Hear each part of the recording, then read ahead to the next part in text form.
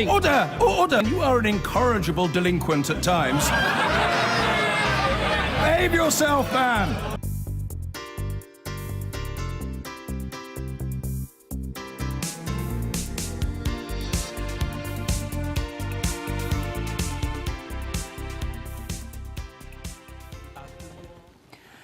The head of MI5 has accused Russia of criminal thuggery and barefaced lying. Andrew Parker condemned Moscow for the Salisbury nerve agent attack, as well as for backing the use of chemical weapons in Syria and annexing Crimea. In his speech in Berlin, Mr. Parker also revealed that since last year, the security services are thwarting, on average, one terror attack a month in the UK. Our security correspondent Gordon Carrera reports. More than 2 months after the poisonings in Salisbury, signs today that the investigation is still underway.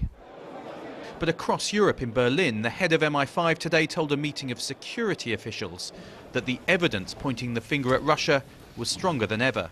And Andrew Parker was outspoken about the threat European democracies face from Moscow.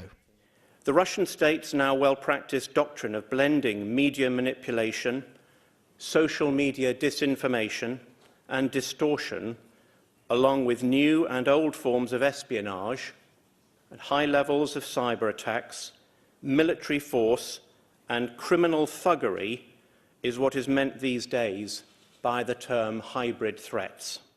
He also warned that European countries faced an intense and unrelenting international terrorist threat. This unprecedented tempo of attack planning shows no signs of abating. In the UK alone, since the Westminster attack in March last year, with the police, we've thwarted a further 12 Islamist terror plots. 12 occasions where we have good reason to believe a terrorist attack would otherwise have taken place in our country.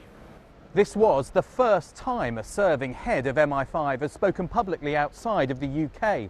And Andrew Parker came here to Berlin in the heart of Europe to deliver a message. The message was that international cooperation has never been more vital in confronting the threats that European countries face. After his speech, I asked the MI5 chief if Brexit risked undermining this cooperation. It's the threat that tells us we need to be able to keep working together at a time when we're dealing, for example, with the prospect of foreign fighters from Syria moving around across Europe, when we've got sharper and higher volume activity by states like Russia in the cyber realm. These are times when we need to be able to work together and not have that in any way affected. Andrew Parker left Berlin with a message that politics should not get in the way of security. And when it comes to cooperation with Europe, he'll be hoping that after Brexit, Britain is not shut out. Gordon Carrera, BBC News, Berlin.